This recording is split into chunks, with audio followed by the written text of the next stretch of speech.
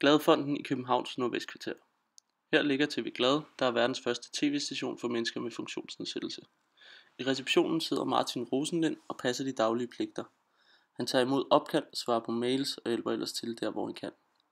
Martin er udviklingshæmmet, men han bor alene og kan sagtens klare hverdagen selv.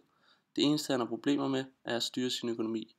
Derfor har han valgt at få en værge, der skal styre økonomien for ham. For nogle år siden sagde jeg selv ja til at jeg vil gerne have værge, da jeg kunne se, at jeg var dårlig til økonomi og få patent til tiden og havde brugt lommepenge hurtigt starten af måneden.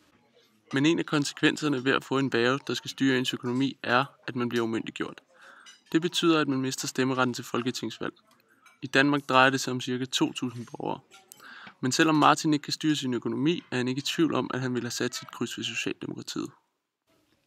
Og de gør noget godt for handicappede mennesker. Martin har derfor valgt at lægge sag an mod staten, fordi han mener, at det krænker hans rettigheder.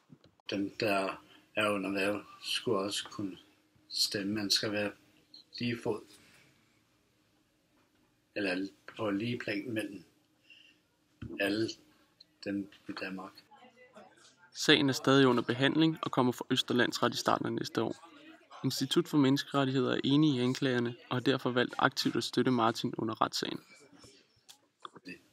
Men jeg håber, at vi vinder her på dansk grund. Og Martin er ikke i tvivl om, hvordan han vil fejre sejren, hvis han vinder. Med min familie, venner, god mad i byen.